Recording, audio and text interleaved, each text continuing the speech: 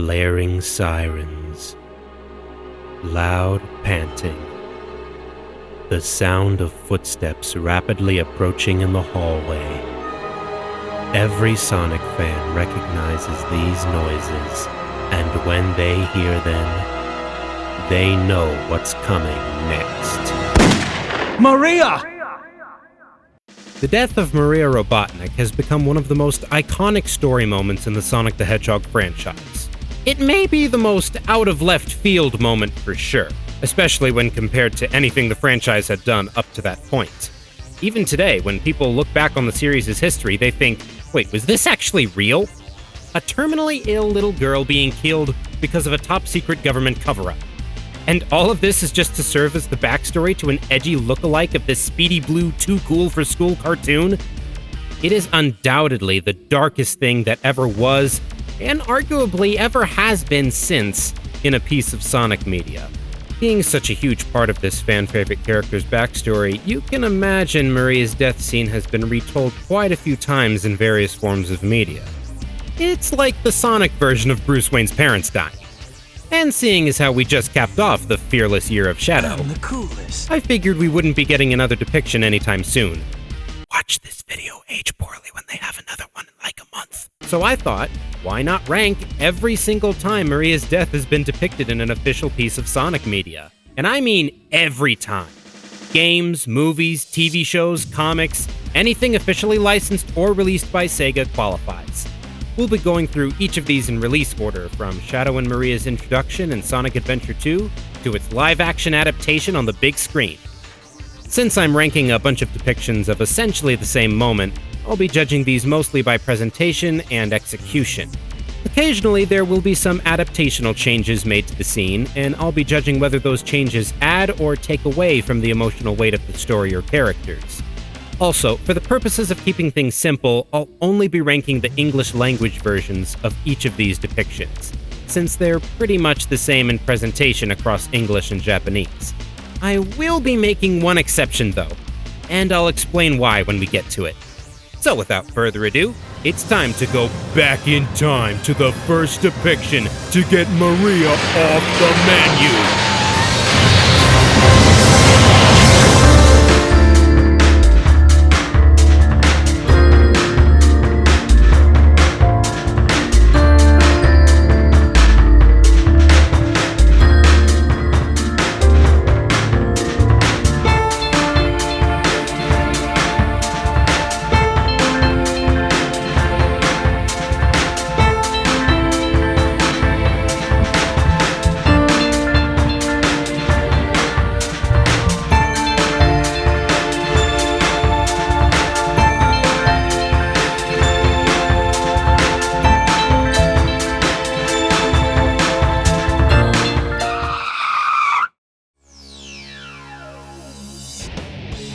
Sonic Adventure 2, the last hurrah of the Sega Dreamcast, and a big opener on Nintendo GameCube. A cinematic experience of speed, treasure, and annoyingly clunky mechs. In addition to an unbalanced gameplay experience, this game also introduced us to the angst man himself, Shadow the Hedgehog. He's only the second most popular character in the whole canon! For those who don't know the story, which, if you don't, spoilers! Actually, that goes for the whole list. All of these will have spoilers for their respective media. Probably should have said that at the start. Hey, Marty, can you fire that back up? I need to go back in time to make an edit. Well, a lot of these are going to be derivative anyway. Anyway, as a recap, Eggman breaks into a gun military base to search for his grandpappy's bioweapon thingy, where he finds his professor's life's work, Project Shadow, who was a hedgehog for some reason. No one really knows why. Fans have their theories. Go study that on your own time. After having been a popsicle for half a century, Shadow was bent on killing off all of humanity. That's a pretty big leap from overrunning a city with a cotton candy-scented theme park. And it's one name that he continues to mutter to himself, seemingly driving him to this goal. Maria! That's right. It's a her, Maria. This mystery girl's voice plays in his head over and over, telling him to do it for her. As the story progresses, we find out a little more about this Maria character. She was apparently the granddaughter of Eggman's grandpappy, Professor Gerald, and the two of them, along with Shadow, lived on this Death Star science lab called the Space Colony Ark in outer space 50 years ago. There are canon reasons why Maria is with her grandfather in space that the game itself doesn't really go into, so I won't either. For now. From Shadow's flashbacks, we see that he and Maria were close, her being his one source of comfort in his intrusive thoughts of belonging and his true purpose of his existence. Been there, buddy. But one day the evil gun people came to shut down the grandfather's lab and capture Shadow. And by shut down, I mean murder everybody on the Ark and cover it all up as an quote-unquote accident. Maria and Shadow run from the soldiers to a hidden lab where Shadow is placed in an escape pod made of glass? Okay, these hedgehogs breathe in space, don't think about it. And Maria stays behind to send the pod towards the Earth, leaving Shadow distressed and heartbroken. What a noble sacrifice. But then Gunn finds the pod when it lands anyway, so what was the point of having Shadow get sent away? There are a couple explanations/theories that go more into this, but this video's about the Maria deaths, so we'll save it. Maria gives Shadow a request before sending him away, but the flashback cuts away before we can hear what it is. Back in the present, Shadow is convinced that Maria wanted him to avenge her death by destroying the very people that caused it. So he tricks Eggman into collecting all the Chaos Emeralds so he can fire the Space Colony Ark back up and use it to take over the world, only for Grandpappy Gerald to hit him with the bamboozler from beyond the grave and send it crashing into the planet, killing them all. Oh, how the tables have turned, Egghead. Fool! You made it all too easy. You confused yet? Good. It gets worse. But as Shadow looks on during the Ark's descent, Amy walks in and tries to convince him to stop his plans for revenge, that destroying the world is not what Maria would have wanted. As Shadow enters his memories once again, we are then shown the rest of the flashback. Shadow, I beg of you, please, do it for me. For Maria! Future, for all people who live on that planet, give them a chance to be happy. Let them live for their dreams. Shadow, I know you can do it. That's the reason why you were brought into this world. Remembering Maria's true wish, Shadow sheds a tear and runs off to stop the Ark's descent. And with a little help from the Chaos Emeralds and a killer 2000s rock number, saves the day. As he falls to his death, like he's totally dead, guys, trust me, he asks Maria one last time if this is what she wanted.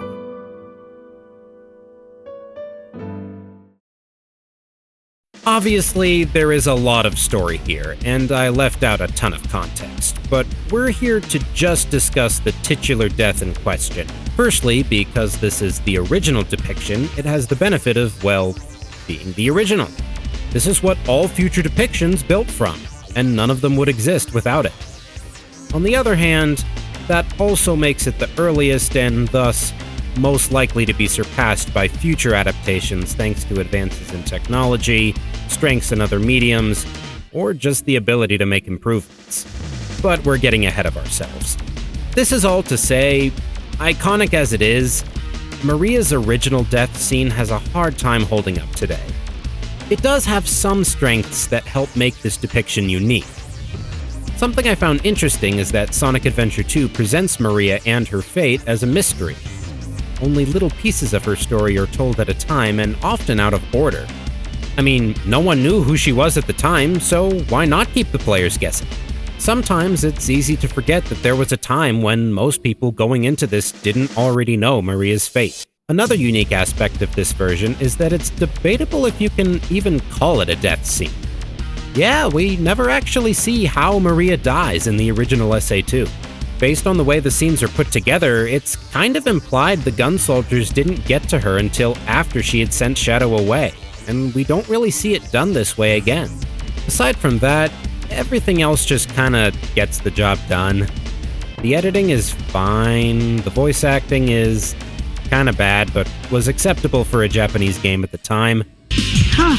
You're not even good enough to be my words. The music doesn't really fit, but for a video game, it's not the worst choice. The low polygon Dreamcast models and limited animations are really the main things dating this depiction. It wouldn't matter how dramatic or straight they tried to play the moment here, you can only get so far with models that look like this. There are also some crucial elements of the story that aren't properly communicated in this version. Like, why does Shadow remember some details very vividly, but not others? You'd think his best friend's last words to him would be the thing he remembers the most. Why did it take a random pink stranger to jog this extremely crucial memory? Because she reminded him of Maria? Again, there are explanations as to why this is the case, but they're not well communicated here. It's all manual material. There's also the issue of Maria herself.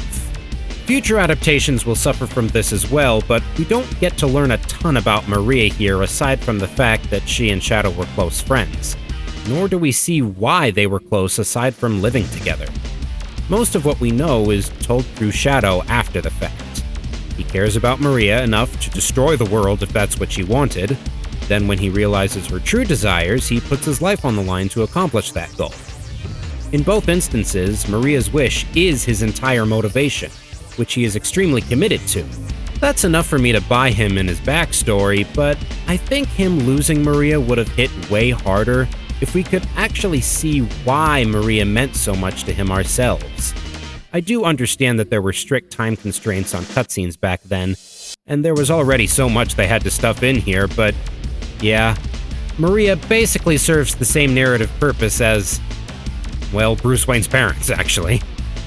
Overall, I could see how this depiction might have been intense or impactful for little kids, especially those that had been familiar with past Sonic games.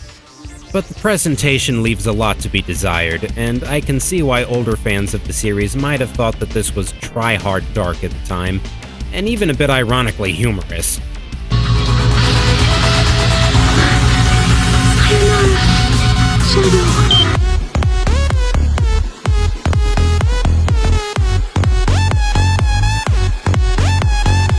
Maria's death in Sonic Adventure 2 is at the top of the list, because it's the only one on the list. Oh my gosh, we're already 13 minutes into this ranking and we've only just finished SA2. The rest of these entries are going to be variations on this scene, so hopefully they'll go by faster. What do we have up next? In April of 2003, the animated series Sonic X premiered on TV Tokyo in Japan. By December of that year, just 2 years after the release of Sonic Adventure 2 Battle, the series was airing The Shadow Saga, a 6-episode adaptation of SA2 in the Sonic X timeline. Considering how similar Sonic X was to the games at this time, we got what was pretty close to a word-for-word adaptation of the story to television. That which was different was often the integration of the series' original characters. Some were given a larger role than others, but the story and characters for the most part were practically indistinguishable from the game. But because we are now in the medium of 2D animated television, that means cutscene constraints are out the window, and presentation has taken a front row seat. Now let's see how this will affect a little girl getting iced. By Mr. Freeze! Haha! Or I'll shoot. Kaboom. Much like SA2, Shadow's backstory with Maria is told in pieces over the course of the plot in varying order. What's new to this adaptation, however, is that this moment is shown to us 3 times, and each time it happens differently, in seemingly contradicting ways. We start off with similar flashbacks to the ones in the game, this time with a sepia tone filter and Professor Gerald tagging along. The music is soft but tense and a bit mysterious. Maria once again puts Shadow in a pod that he can't get out of. Dude, you're the ultimate life form. You can tear machines to pieces, yet you can't get out of a glass case? He wasn't really trying to get out. He was just faking his determination, the coward, the faker. Faker? Maria's request is drowned out by noises. Or maybe the pod is just soundproof. Between you and your destiny. What? and she falls to the floor as she pulls the lever, displaying to us she has already been hit. Or she just fainted. Later, as not Amy tries to convince him to not destroy the world, we flash back to her death again, but this time it's presented to us differently. The sepia tone is gone, having been replaced by color, as if Shadow's memory is becoming clearer. For some reason, Maria is already on the floor, dying slowly, nowhere near the controls to launch the pod. Maria says the same words to Shadow, but she speaks slower and softer.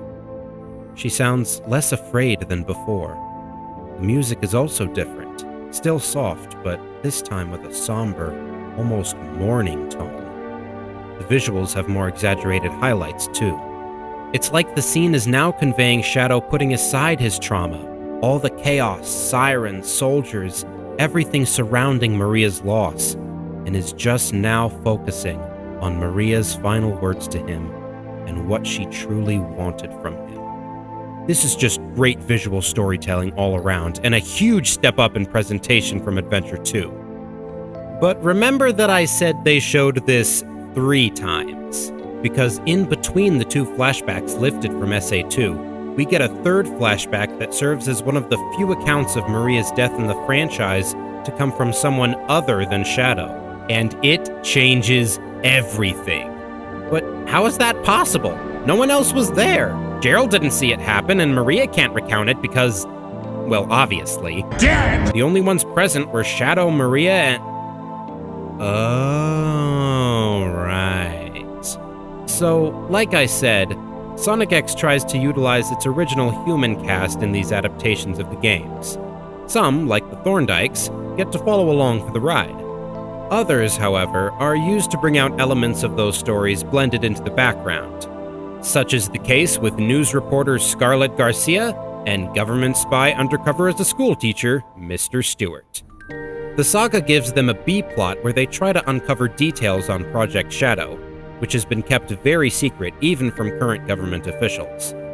Eventually, their search leads them to a lowly nursing home where they encounter an old man named Mr. Schmitz, who, as it turns out, is an ex-gun soldier that was part of the original ARC raid.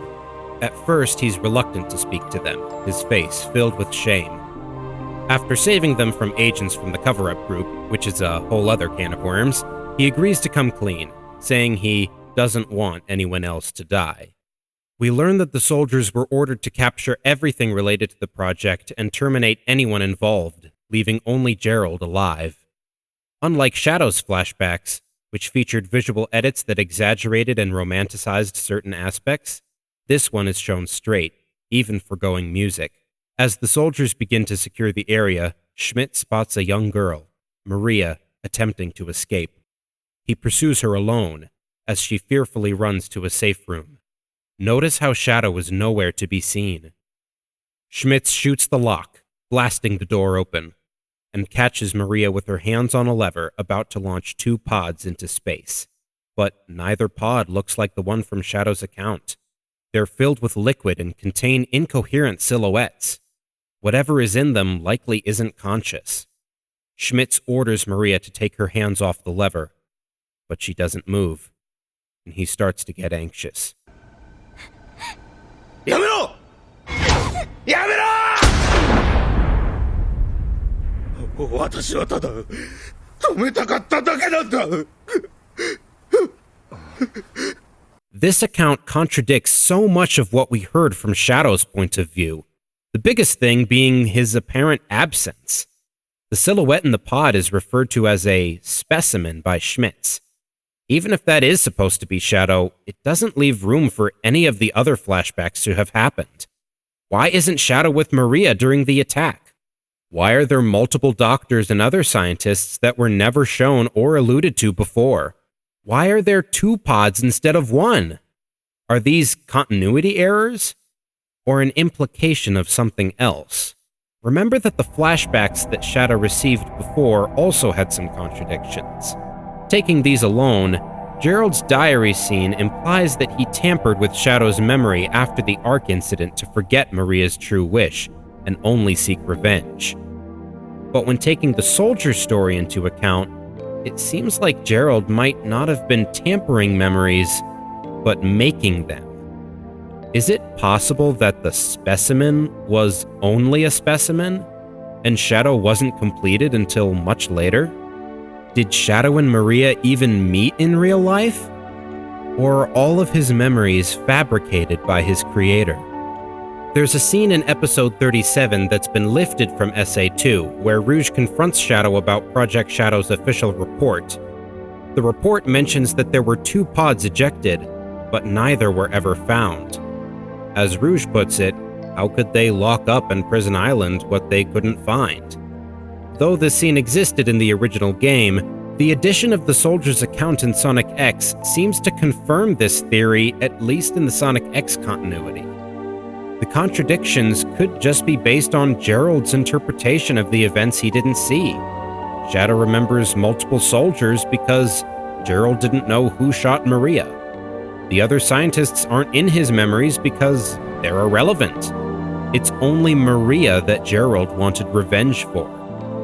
Even if you don't go for that theory, you can still interpret those contradictions as Shadow's way of seeing things. Shadow blames all of humanity for what happened, so why would he care to remember the individual who shot her? Do you get yet why this depiction is so much better? It adds so many more layers to the mystery aspect of it all. Even when it's all over, it's left up to the audience to fully digest things and decide for themselves. What is the truth of 50 years ago? Is Shadow really acting out of his own volition? Or is he just a crazy old scientist's weapon? It's not perfect. Maria has no more personality here than she did in Adventure 2, so the emotional aspect is only helped by better presentation. And even the dual mystery aspect has inconsistencies. Like, if Grandpappy did create Shadow's memories for his revenge, why did he include Maria's request for mercy in there? That defeats the whole point of his plan, doesn't it? If Shadow's memories aren't fake, why did the report say that they never found the pod? Is it just outdated? But I can overlook that stuff for going all in on the conspiracy plotline and making it work. Obviously, Sonic X takes the #1 spot above Sonic Adventure 2. A huge improvement. Frick, that segment was even longer, wasn't it? Okay, next one will be a lot shorter, I promise. So, y'all are probably wondering why I used the Japanese version in that last segment when I just said at the start of the video that I would only be ranking the English versions of these scenes. Well, I made an exception with Sonic X because of how much is actually different between languages. See, when 4Kids Entertainment started localizing Sonic X for an English release, they made way more changes from the original than any of the games had. Censoring violence, drinking, smoking, bat boobs, scrubbing text, changing the music, and even changing the context of entire scenes in some cases. This was all done for the sake of appeasing America's Broadcast Standards and Practices, or S&P, which is a lot more restrictive than the S&Ps of other countries like Japan. In other words, the Sonic X dub wasn't just a translation. It was, intended or not, an entirely different experience. He's fast, and he's only on 4Kids TV. Catch me if you can. Don't miss Sonic X. Saturdays at 11:30 on Fox 5. But don't blink, because you might miss me. I therefore didn't think it was fair to rank it as one entry because, regardless of which version you prefer, to call them the same aside from language is just not true. We could go on about all the various ways 4Kids changed Sonic X, but we're not here for that. We're here to see specifically how they changed Maria and how she meets her fate. Shadow's 2 flashbacks are largely unchanged in visuals from the Japanese, apart from light editing. Schmitz's flashback is a little more controversial, though. Changing the bullets to lasers is one thing, but they also cut back to the present right before Schmitz shoots Maria. Some have complained that censoring the shot ruins the scene because it implies Maria was only arrested in this version, but I disagree. They still show Schmitz aiming his gun at her, and after she pulls the lever, we cut back to Schmitz in the present, where he says, She was so young. I'll never forget her face. What else is the audience supposed to take from that other than, oh man? he didn't. He did. I have to give props to 4Kids for finding a way to make this digestible for children while not changing what happened. Usually they would just write around it and say she's locked in a dungeon somewhere, but no, they handled it tastefully this time. It might have been just as powerful as the original if the voice acting wasn't noticeably worse than the Japanese. How it compares to SA2's English voice acting depends on what you find to be worse in a performance. Adventure 2's voices sound more wooden, but the 4Kids' voices kinda sound like they're hamming it too much, especially the soldiers. They sound like NPCs from Shenmue. Stop them! We can't let them get away! You can tell that Jason Griffith was still finding his footing for Shadow, as he sounds especially gruff here and not as smooth as later performances. Maria was my only friend, but your rulers sent soldiers to take her away from me. He sounds way angrier than usual, which, okay, fair given the context, but still a little jarring. I surprisingly really liked Rebecca Honig's voice for Maria here, though.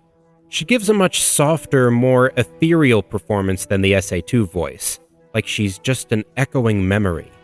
She might be the closest to sounding like an English equivalent to Yuri Shiratori's Maria. I'm sure you'll be very happy down there, Shadow. I only wish that I could go along with you. The dialogue has been changed a little here too, and it still works, but the simplification does make it seem a little weaker in comparison to the sub. Though I'm puzzled how 4Kids did enough research to bring over the Sayonara localizations from SA2, but still get Shadow's title wrong by calling him the ultimate creature. Called the ultimate creature. But that's not the only mixed bag here. Let's talk about what's often a turnoff for many people with this dub: the music. Unlike the synth rock soundtrack of the subbed version, 4Kids decided to go for the orchestral route. A fake orchestra.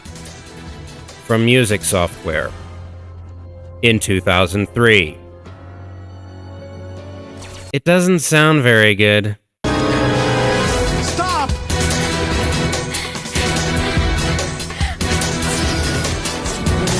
Trying to stay on topic, the music is overwhelmingly dramatic in almost any scene where something is happening.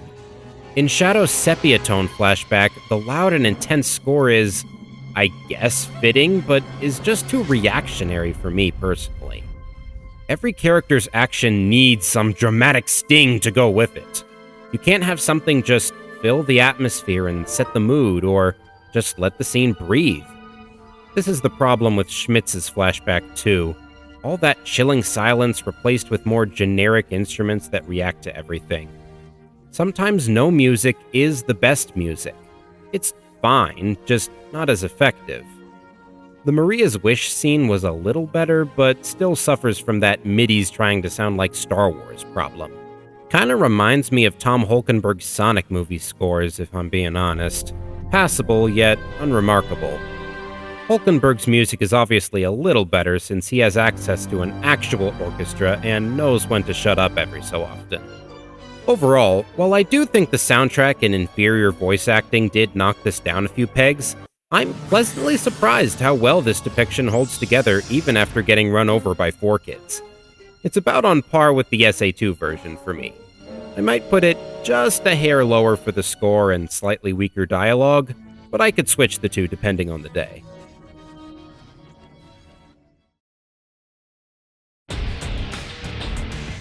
Alright, back to what Sonic is known for: video games. This one ain't your daddy's Sonic game, though. This one is mature, serious, and edgy. You know what? You've all heard it before. We can move on. Shadow the Hedgehog 2005 is a game that exists. This one has been ridiculed to hell and back for all the things Sega gave Shadow that Sonic couldn't have. Profanity, moral ambiguity, and yes, lots and lots of American greeting cards! In all honesty, I think the game gets a bit of a bad rep because of all the outlandish concepts. When you actually sit down and play it, it's not that bad. The gunplay is fun without slowing things down, the levels are expansive and fun to navigate, for the most part. And while it does get repetitive, the branching storyline angle adds a lot of replay value. The story itself, though, probably could have done without such a gimmick. I think it probably would have worked out better if they had just dropped the whole choose-your-own-morality aspect and found a way to weave the levels into one linear narrative. Because I had to hunt for the Maria scenes in this game.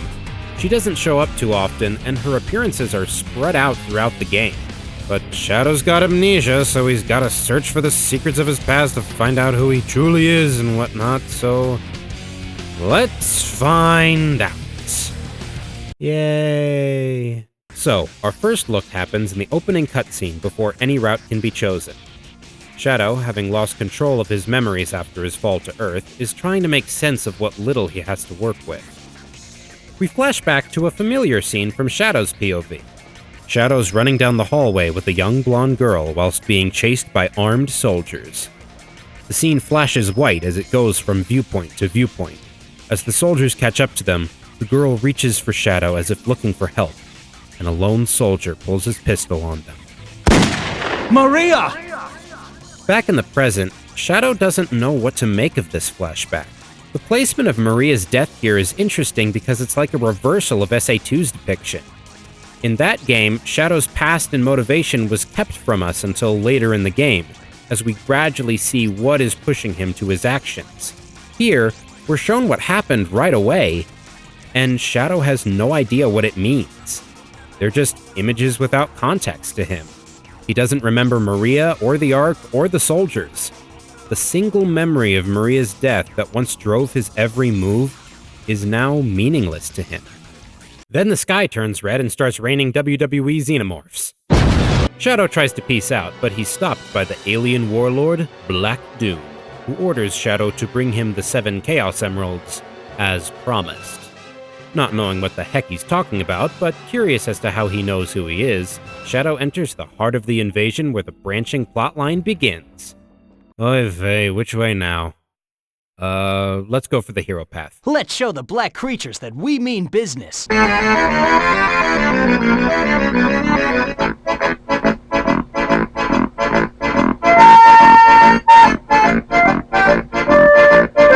So Shadow's on a rocket to space with the Sonic crew and he robs them of their Chaos Emerald. Wait, I thought this was supposed to be the hero route. That's not very heroic, Shadow. This sets an alarm off, which I'm just now realizing they never followed up on. Are Sonic and crew just totally chill with Shadow taking the very thing that's powering their rocket? Like, that's not gonna create problems for them later? All right, let's do it! Anyway, I'm getting sidetracked. The alarm throws Shadow into another flashback. He's back on the Ark, and the girl that he's now gathered as being Maria is panicked about something. She says that her grandfather's experiments have gone awry, and pleads with him to save the researchers and her grandfather. Shadow promises to her that he will do everything he can to protect the professor. It's not really made clear if this is Shadow in the present put in the shoes of his past self, or if this is an actual memory from his past that he's just recalling. The latter, I guess, makes more sense, since he wouldn't know that Professor Gerald and Maria's grandfather are the same person at this point, though the former option could be a nice indication of Shadow's progression on the hero route. He has almost no context for what's happening or who these people are, and he's gonna do the right thing anyway, purely out of the goodness of his heart. After scouring the entire Ark for these experiments, and I mean the entire thing, there are one of two outcomes. If you, God help you, find and destroy all the artificial chaos, Shadow's memory flashes forward to Maria's death. We don't see the soldiers or the chase this time around. There's not even a gunshot. All we see is her falling to the ground as Shadow cries out. Maria then gives Shadow her wish as an SA2 and launches the pod with bittersweet music.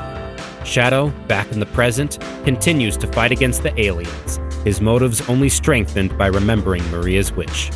If, however, you understandably reach the goal without destroying all the artificial chaos, Shadow is thrown out of the flashback immediately, confused as ever. Just another pointless memory with no context. That's when this guy appears on the scene. Who? Let's rewind a bit.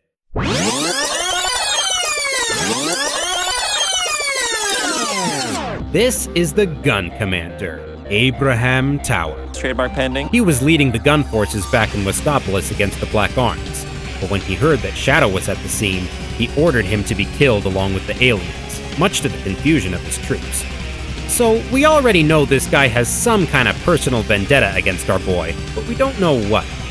Unfortunately, this plot point just gets left hanging in most routes for the game, but we actually get some closure in this one. Tower confronts Shadow, ready to kill him for his crimes. But Shadow, of course, doesn't know what he's talking about.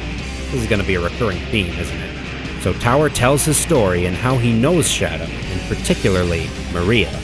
50 years ago, he was a small child living on the Ark. Maybe he was one of the researchers' kids, I don't know. He knew Maria and loved her like a big sister, but he was also aware of one of the professor's big secrets. Project Shadow wasn't just the creation of Gerald's genius, but also of the Black Arm's alien DNA. Gerald had made a back-alley deal with Black Doom to provide his immortal DNA to the project in exchange for the Chaos Emeralds, meaning Shadow himself is Black Arms. The Ark raid would soon follow, and Tower's entire family was killed, as well as Maria. He blames Shadow's existence for everything that happened on the Ark, and the current invasion. So he's taking his revenge.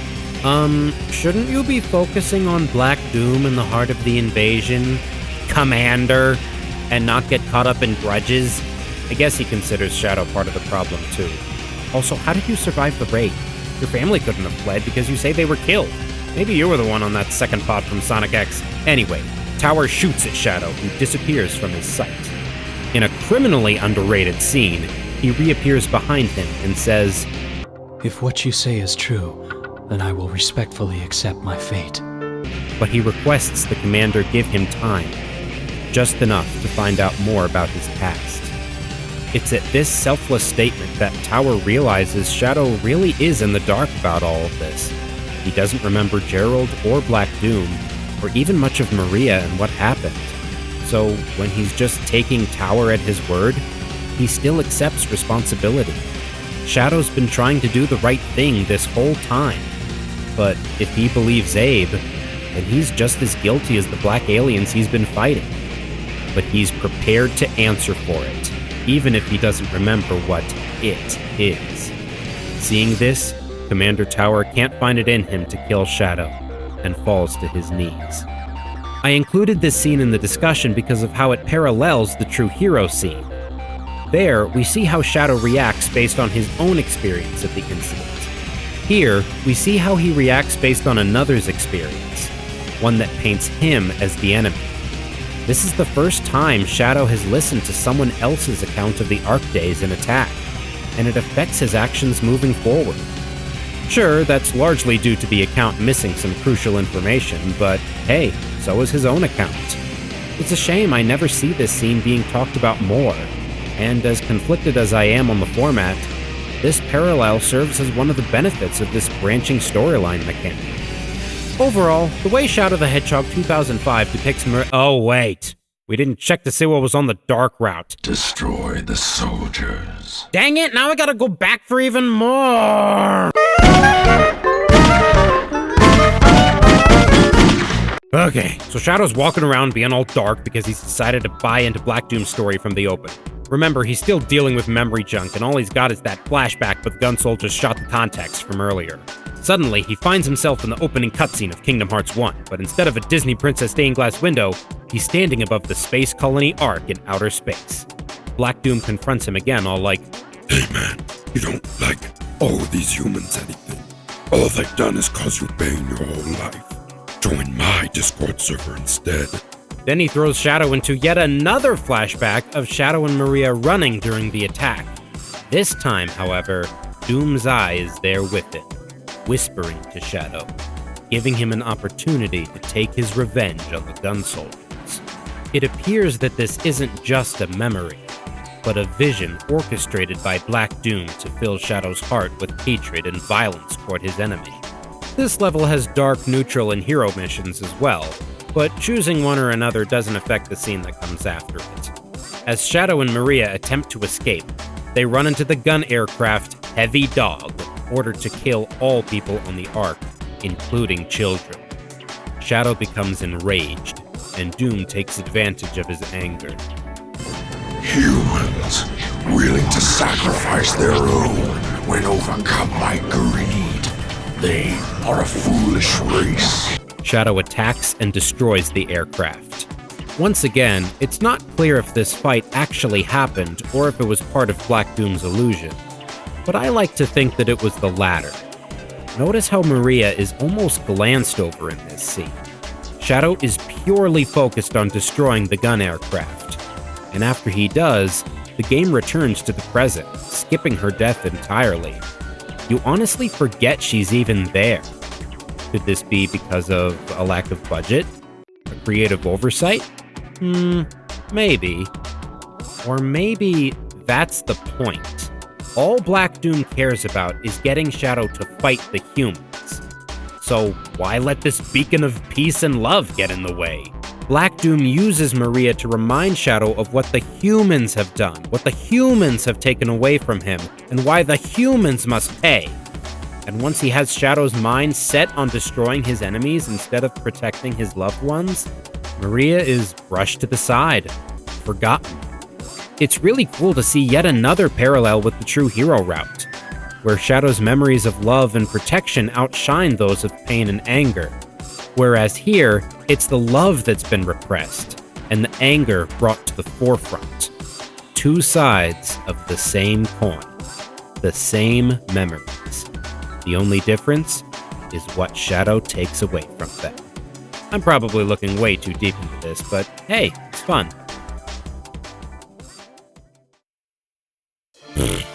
Okay, what else do we need to cover?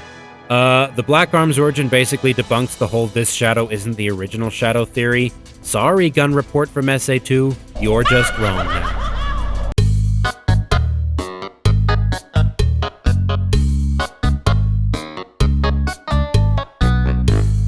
There's some more Maria scenes near the end that don't really add to this discussion, and you'd think that including Maria as a companion character in some stages would really expand her character, but it's still surprisingly limiting.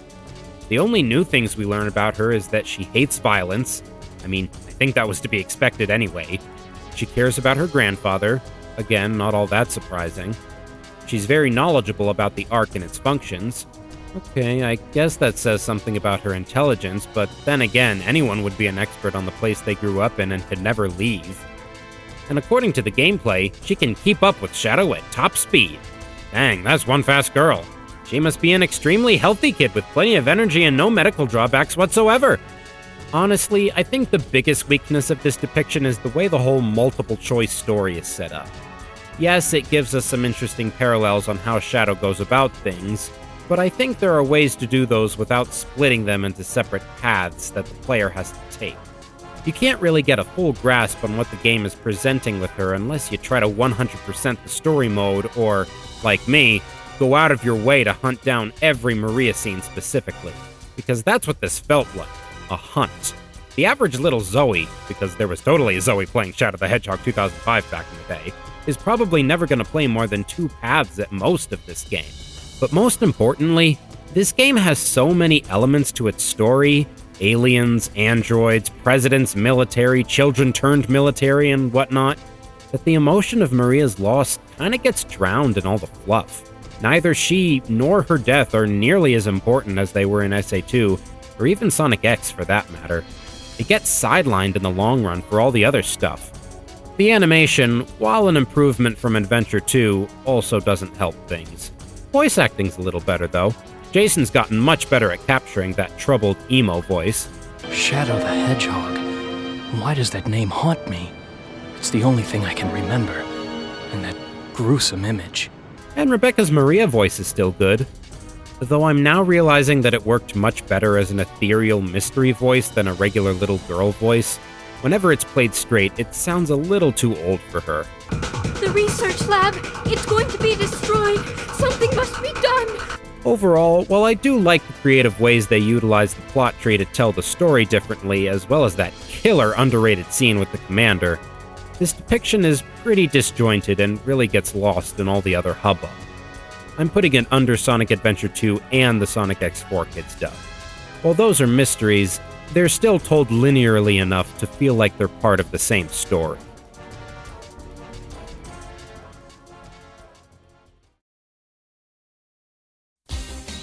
let's take a break from the animation sphere and delve into the wonderfully overcomplicated world of Sonic comic books.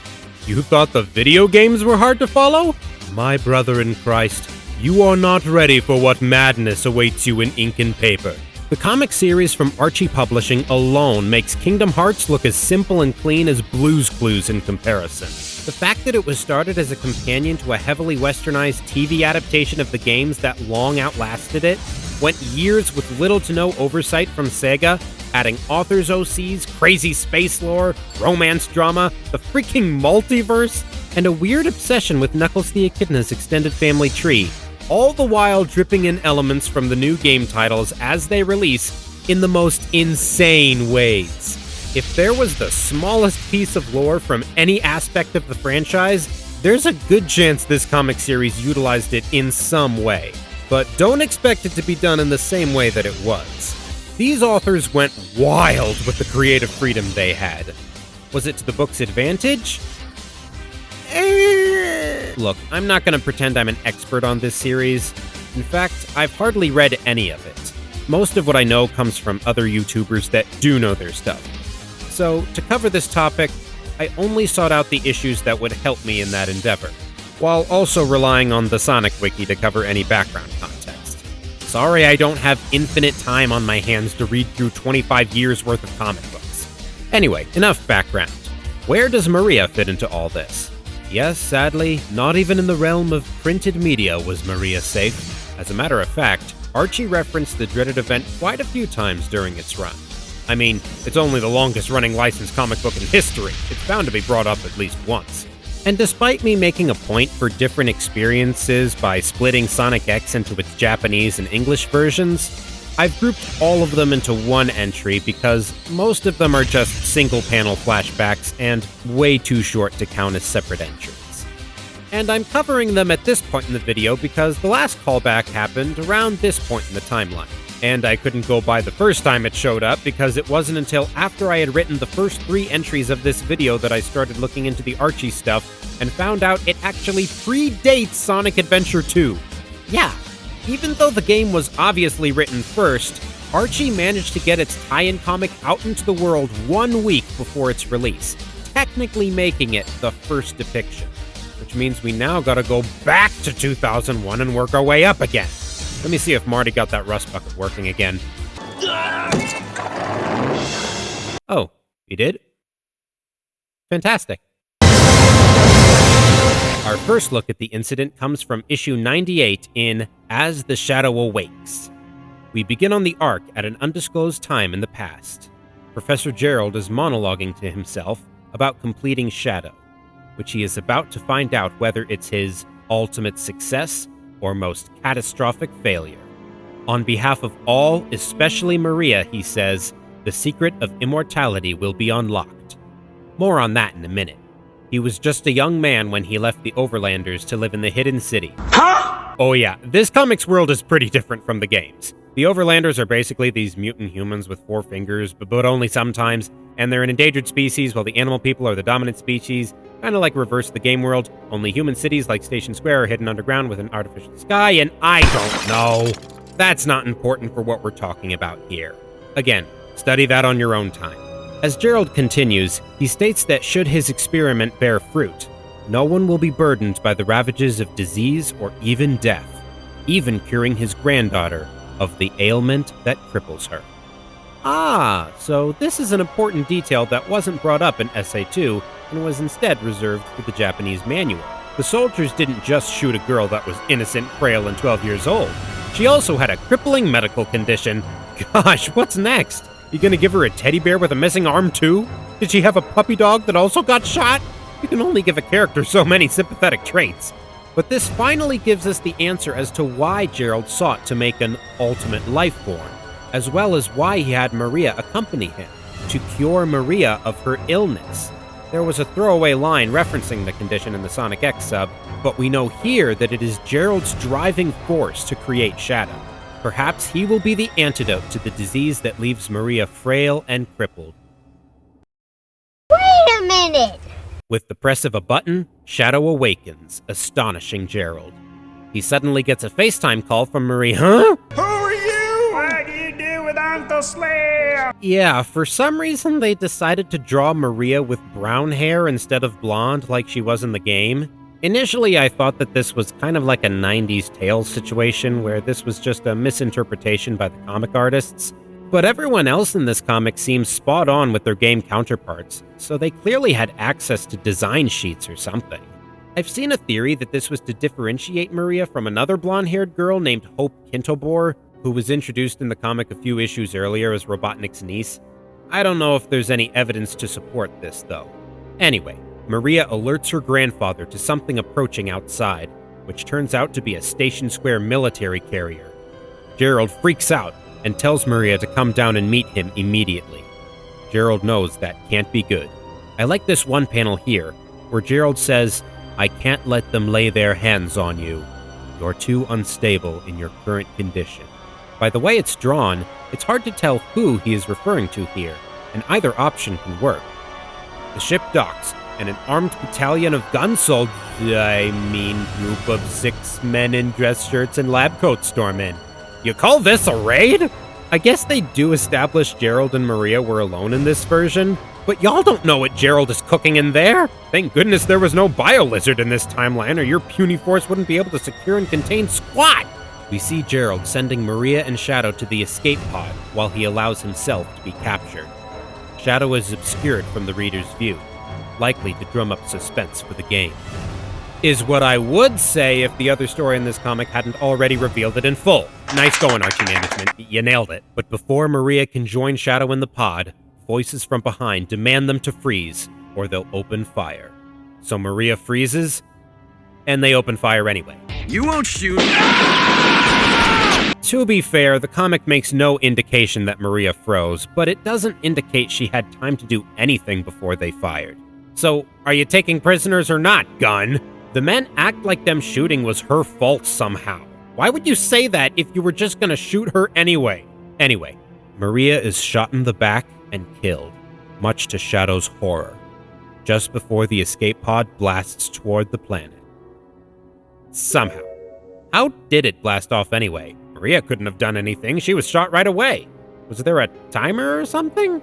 Okay, I know it sounds like I'm nitpicking, and I am, but maybe that's because everything's going by a little too fast.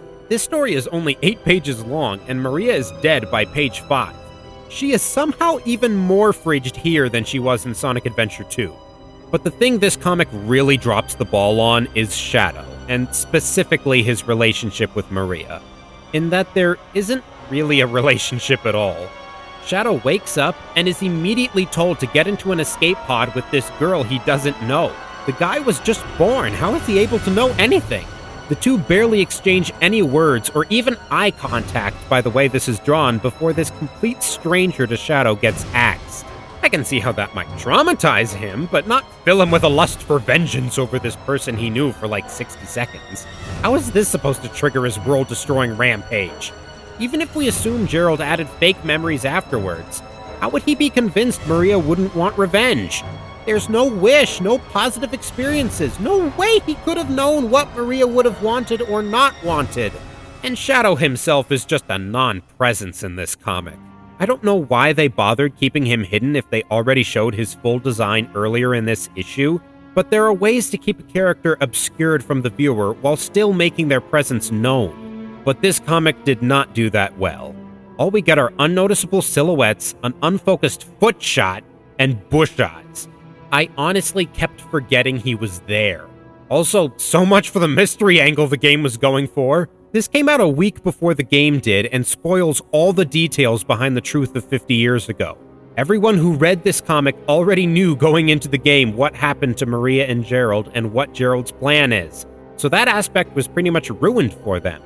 With all of that said, I don't want to say that Ken Penders and his team did a bad job per se. Given that they had to have written this months in advance to get it out by the game's release, no one at Archie could have played the game for themselves unless Sega provided beta copies to comic artists, which is extremely unlikely. So it's safe to assume that Ken had very limited information on SA2 provided to him by Sega when writing this tie-in. The other story in this comic features lines ripped straight from the English localization of the game, so it's clear Archie at least had access to a script of some sort. It probably didn't occur to them that Maria's fate was supposed to be a mystery, or that Gerald's plan was the big twist. They were just plot points. The goal of the tie-in was to get readers excited for Sonic Adventure 2, and I'm sure that it accomplished that goal handily. But as a depiction of Maria's murder, it's certainly one of the weaker ones. Oh well, cool art though. Kind of like this unique DC Comics look they gave the gun agents. You don't really see that in Sonic Comics anymore. Okay, I wrote this script back in February, and about a month later, we got this. It is a literal crossover between DC Comics and Sonic the Hedgehog. So, funny how life works that way. Also, a little detail I thought I'd bring up. The gun agents here knew that Maria was crippled and killed her anyway. So that's a little messed up. The comic would flash back to the event a few more times over its run, where Maria's hair color was corrected. This one, where Shadow was recounting the story to himself when coming to his senses, is much more artistically drawn than the first one. Though I see how it retcons the previous story by saying he and Maria spent more time together before the attack. Y'all can't fool me! I just read the story, and they didn't even know each other before the raid. Checkmate, Lincolnites! Later, when Shadow's captured by Knuckles' father Locke for reasons that aren't important, the aforementioned Hope Kintobor, who was living with the Mobians for reasons that aren't important, tries to reason with Locke to let him go. Hope reminds Shadow of Maria, and we see a version of the panel from the tie-in comic from Shadow's POV. Once again, artistic and tragic, though it looks more like she's being blown up than shot. He sees Locke arguing with Hope and getting closer to her, which triggers a similar image in his head of an unseen figure approaching Maria. Once again, this retcons the tie-in by implying the agents didn't shoot right away, but it also, kinda looks like, something else. The last flashback happens when Shadow wakes up after having been kidnapped by Eggman, and Eggman tries to convince him to form an alliance, being that Gerald was his grandfather. He proves this by playing footage from Space Colony Arc and... Okay, I'm sorry, but the fact that Eggman not only just has Maria getting shot recorded on his computer, but that he's playing it back to Shadow as a way to convince him to work with him is hilarious.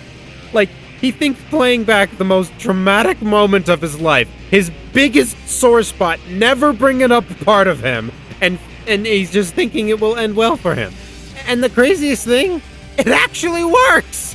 Shadow says yes, and this alliance lasts for 12 issues. He only breaks it after he finds out that Eggman was hiding some disc with Gerald's diary that contains his true purpose or something, and so a Link's AI makes a digital world out of the disc that they enter and meet hologram versions of Maria and Gerald, and this comic is so freaking weird. These panels do show that the canonicity of the tie-in comic to the rest of the series is flimsy at best. Every mention of Maria after the tie-in implies Shadow and her had a deeper relationship before the attack, and the hologram story debunks the idea that those are artificial memories. That said, they aren't really substantial enough to separate them as their own separate adaptation. The tie-in is still clearly set in the Archie universe, so we have to assume the writers just hoped people would forget this. I will give this depiction a few more points for the improved art, though. Archie Sonic is going to the bottom of the list, but that doesn't mean it was handled poorly, just that it can't live up to what came before. Alright, the year of Shadow has begun. 2024 alone nearly doubled the number of entries on this list, so we better get moving. Our first stop is the serialized manga, The Jet Black Hedgehog, Shadow the Hedgehog, published in CoroCoro magazine in Japan. This is a 6-chapter comic written and illustrated by the mangaka Yuki Imada, and was intended to promote the release of Sonic X Shadow Generations in Japan. Despite the connection, the manga is a non-canon retelling of the Arc incident from SA2, then transitions into an original story loosely based on Shadow Generations. At the time of me writing this, there is no official English translation of this manga, so I will be using the fan translation by Wendy Gaylord. Just keep that in mind as we cover this. The first chapter begins 50 years in the past on Space Colony Arc. Okay, seen this before. The bio-lizard is wreaking havoc aboard the Ark, with panicking scientists running about, until Shadow swoops in to neutralize it. Though the researchers cheer him, Shadow looks exceedingly grim. He begins to struggle internally with his purpose. They call him the ultimate life form, created as a wonder drug to cure Maria's illness with alien DNA, but not even that has proven successful. If he can't do what he was created to do, what point is there to him being born? Suddenly, Shadow is blindfolded from behind and, oh look, it's Maria! Just playing a prank on her hedgehog buddy. She saw Shadow with that grim look on his face and thought she'd cheer him up by being a silly Billy. Maria then drags Shadow to the overlook to watch the sunrise over the surface of the Earth. Shadow remarks that she's seen it many times, with Maria replying that just goes to show how much she loves the planet. She's noticed that Shadow has been questioning the meaning of his existence lately, and remarks that she's been trying to get him to see and appreciate the many beautiful things in life, so that he may find purpose outside of curing her illness. Maria suddenly faints and falls into Shadow's arms, having pushed herself too hard by running earlier. Maria's illness has always been a part of the character since her inception, but it's usually just been an aspect that floats in the background and is only mentioned from time to time. This is the first time we're actually seeing the effect that this condition has on her, how frail it truly makes her, and how strong she is to remain positive and loving through all of it. Shadow takes her to the sickbed, brushing off what she says as nonsense, and continues to wallow in despair, finding no meaning in anything he does. Though dealing with Maria may not quite be so bad. Later, Maria's brought Shadow to watch the shooting stars with her when, looks like it's that time again. Earth's defense forces invade and, holy smokes, that's a lot of ships! I made fun of Archie for only having a handful of guys lead the raid, but did you need an entire army to do it? This was one massive military operation. The soldiers begin to fire on the researchers, once again disposing of everything related to the project. Shadow tries to save some people, but he sees one of the scientists that praised him earlier now pleading with the soldiers as to why he has to die for the sake of an experiment. Shadow's world is crushed when he hears this.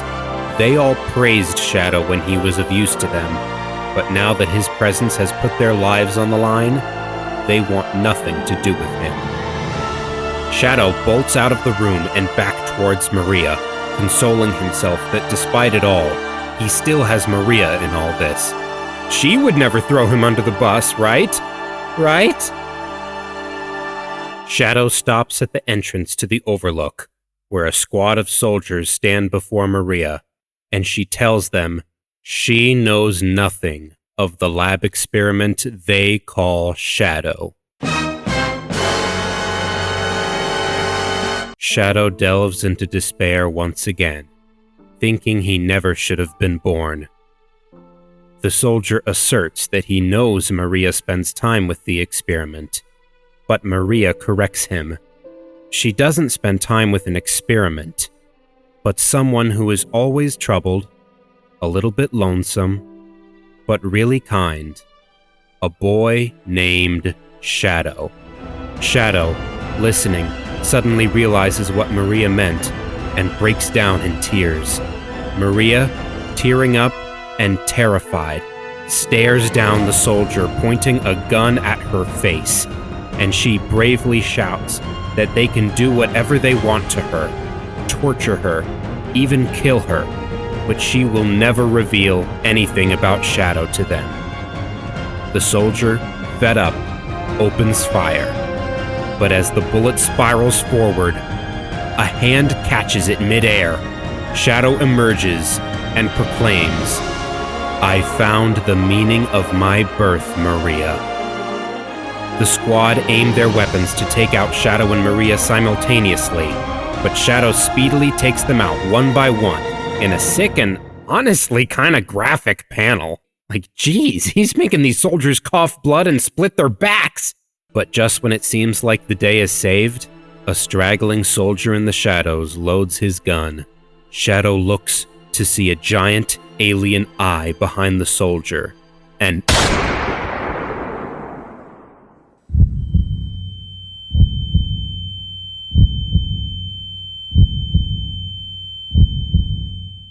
In Chapter 2, Shadow rushes over to Maria, severely wounded. He recognizes the alien eye as belonging to the same alien species that his DNA is taken from, leading him to believe that the Black Arms was responsible for shooting Maria. In a fit of rage, he takes out the soldier and looks to see the entire squad back on their feet, each individual soldier with an alien eye hovering over them. Filled with hatred, Shadow shouts, "I will kill you all." Then behind him, a soft, familiar voice speaks. "You're looking grim again, Shadow." Maria is still alive. Shadow tries to take her to the sickbay, but he collapses from exhaustion. But when he tries to get up, he finds himself trapped in an escape pod. Maria has put all of her remaining strength into lifting herself up to the emergency launch lever and saving Shadow from capture.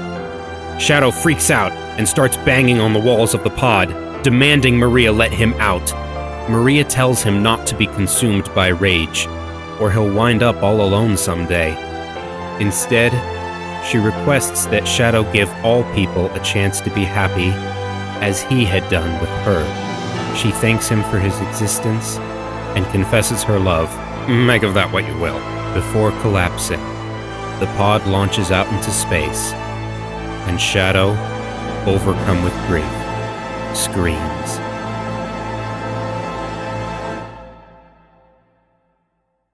Wow. Just wow. What a raw, emotional, fantastically presented adaptation. The story doesn't end there, by the way. There is so much more, not only to Shadow's story, but to Maria's story that's expanded on in the later chapters, and I absolutely recommend everyone read the entire thing to get the full experience. Even still, this depiction of Maria's death is without a doubt the best one yet, for several reasons. But the main one is that it's the first time we actually see the bond between Maria and Shadow on screen, or page in this case. Previous depictions tell us they had a deep friendship. This story actually shows it to us, especially in the later chapters. Again, read the whole thing. I won't spoil too much because it's another mystery with a big twist, but it is so worth it. Maria is an actual character this time around. A girl that's cheerful, positive, and compassionate, but also ferociously courageous despite her frailty. And as we see later on, quite firm when she needs to be.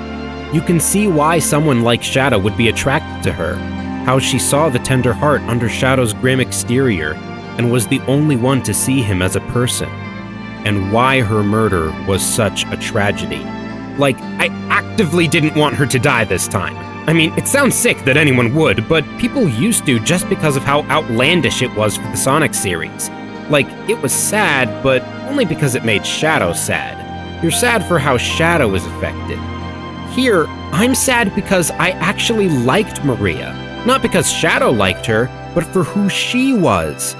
I would have loved seeing a character like this in the present story, and that's the tragedy. You're not thinking, OMG, I can't believe they killed a kid in Sonic. You're thinking, why did it have to be this way? Why did Maria have to die? And the manga doesn't shy away from the more brutal aspects of this story that other depictions do. They show the violence, the hatred, the cruelty, but never to the point of feeling like it's overkill. And the art, man, holy cow. I mean, just look at these drawings. Imada's style is so appealing and unique, without deviating too far from the initial designs. It's just freaking beautiful. Amazing art, amazing story, amazing character writing. I mean, this depiction is pretty much perfect, right? Well, I do have one little problem with this comic. It's not big, but it is confusing and a little bothersome. I don't really like Shadow's attitude towards Maria in Chapter 1. He acts extremely cold and rude to her for no reason. Like he finds her presence more annoying, if anything. It kind of implies that Shadow didn't even like her prior to the raid. He's turning his head away with a disgusted look when she drags him to the lookout, mocks her advice and words of comfort as complete nonsense to her face, and shoots her down every time she tries to say anything uplifting. He even calls dealing with her a, quote, hassle, like her company is less comfort and more a chore to him. I get that Amato was trying to convey Shadow's internal conflict of failing to find purpose, and I guess you could argue that he was just in a really bad mood at the time, but we're not given an indication that this is new for him. Isn't the idea that the reason Shadow is such a grump in the present is because Maria was his one source of happiness, the light of his life tragically ripped away from him? He doesn't even seem to view her above the other scientists that much. So when they throw him under the bus, why is he so sure Maria won't also? Why does he act like his whole world has been shattered when he thinks she has? You didn't even seem to enjoy having her around. Why are you so upset? Is Shadow just not allowed to be happy even when Maria is still alive? And the weird thing is that this is exclusive to Chapter 1, and the comic works better if you ignore it. If you just pretend that Shadow really liked Maria as much as she liked him, Shadow's actions and motivations make way more sense. Heck, without giving too much away, it seems as if even the later chapters pretend that that was the case as well, and it's better for it. Maybe Shadow really was just having a bad day. Regardless, Jet Black Hedgehog is still a fantastic manga, and I highly recommend you check out the whole thing if you can. This depiction is topping our list so far. I love Sonic X's multiple perspective angle, but I'm putting this one a little higher for Maria's character writing as well as the amazing art.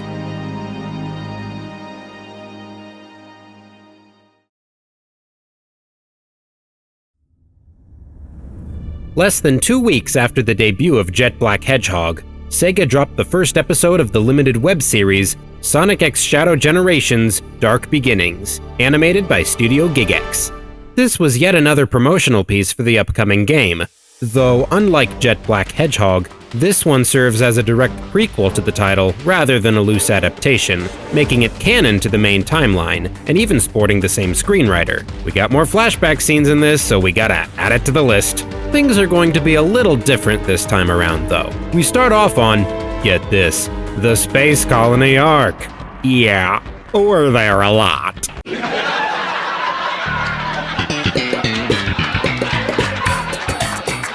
We see Shadow and Maria holding hands and running quickly. Maria is loudly panting and tells Shadow to hurry. They enter the next room and Shadow asks what's wrong. Maria assures Shadow that nothing is wrong and points to the lights outside. Oh, okay. Taking advantage of our expectations, are we, Sega? Many fans recognize the iconic image of Shadow and Maria running in the Ark as leading up to the latter's demise. But psych! Maria just wanted to show Shadow the Aurora Borealis. Yes. Maria rushes over to the window in excitement, but suddenly becomes faint and falls over, Shadow rushing over to catch her. Not even 2 weeks later, and we've got the next entry's Maria suffering the same symptoms as in the manga. Hey man, can I copy your homework? Huh? Can I copy your homework? No, you can't copy my homework! Darius Benson! We also get another clear answer as to why Maria needs to live in space. Low gravity keeps her condition at bay. Shadow is disheartened to see Maria like this, and begins to, you guessed it, question his purpose. I kinda like this scene better than its manga counterpart because Shadow isn't just frustrated with himself. He's frustrated with himself for Maria. The animation in Kirk Thornton's delivery gives the feeling that he wants Maria cured for her sake, and not just to give his own life meaning. And he really hates the fact that he can't help. Maria embraces Shadow to comfort him, and tells him to not be discouraged, and that she's just happy to be spending time with him and her grandfather. See how Shadow's face softens with Maria's embrace. It doesn't make him super happy, but he is comforted. This and his frustrated reaction are small details, but they go so far to show that Shadow really does consider Maria his friend and not just someone to look after. I normally wouldn't feel the need to point this out, but I felt it was necessary after Imada's take in Jet Black Hedgehog. Boom, explosions. Shadow and Maria turn their attention to the chaos outside, and out of the flames walks a Game Boy Advance cameo. Maria realizes that dangerous robot is headed straight for the lab where Professor Gerald is, and begs Shadow to go save him. She grabs Shadow's hand, and the screen glitches to show a split second of the dark silhouettes of soldiers, before quickly flashing back to Shadow gasping. The vision seemed to be from his perspective, Oh yeah, soldiers. Bet you were wondering where they were in all this. So far, there's been no sign that this is even remotely related to the event. We'll come back to that. Shadow comes to his senses and promises Maria that he'll save him and be back for her. He skates off down the hallway as the background disappears, and another room seems to form out of thin air.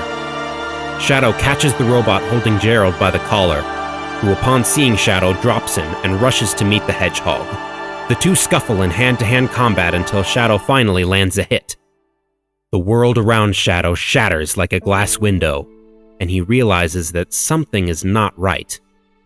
He suddenly finds himself back at the lookout and looks through the glass floor to see the fleet of gunships on the day of the attack.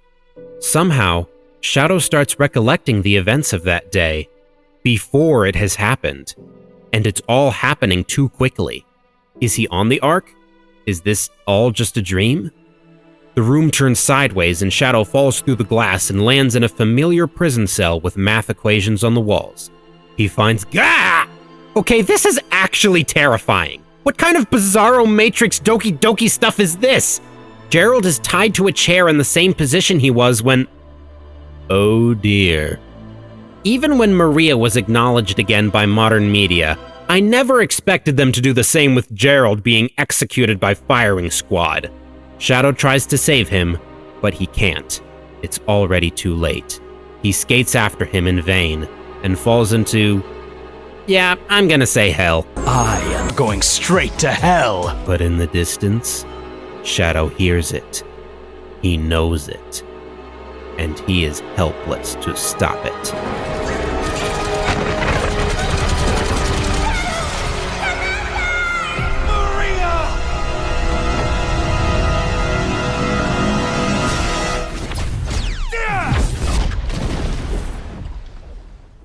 The truth comes out. Shadow's in the present, with a vision of the past. Or is it? It all happened in view of the Ark. Shadow wonders if it could be the actions of a certain alien parent from his past, long thought defeated. He skates off in search of answers.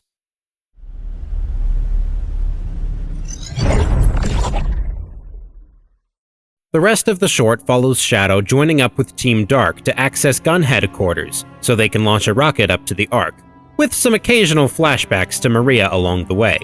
But these only serve to add more context to the upcoming game than the original Maria death scene. What we have here is a far more surreal and artistic depiction of the Ark raid and Maria's death than what we're used to. It's implied that Shadow is undergoing some weird, altered memory vision in this short. It's possible that only some of these events occurred, or perhaps none of them. Being that this short was made largely for a dedicated fanbase audience, the writers seem to be aware that most of us already know what happened to Maria. So, why not be a little creative this time around? It begins with an intentionally misleading scene that bears resemblance to previous depictions, before revealing it to be a subversion. So we're led to believe that we're being shown some other event before the attack. But when Maria grabs Shadow's hand, Shadow sees the gun soldiers from the attack, even though it supposedly hasn't happened yet.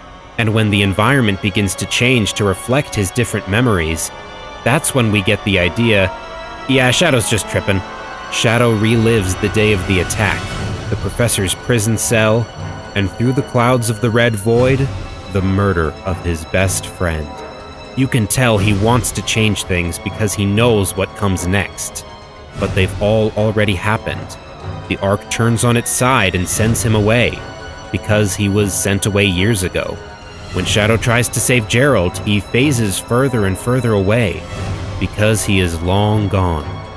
And Maria's death is presented in such an artistic way that stays within the confines of the E10 rating, while also being the stuff of nightmares.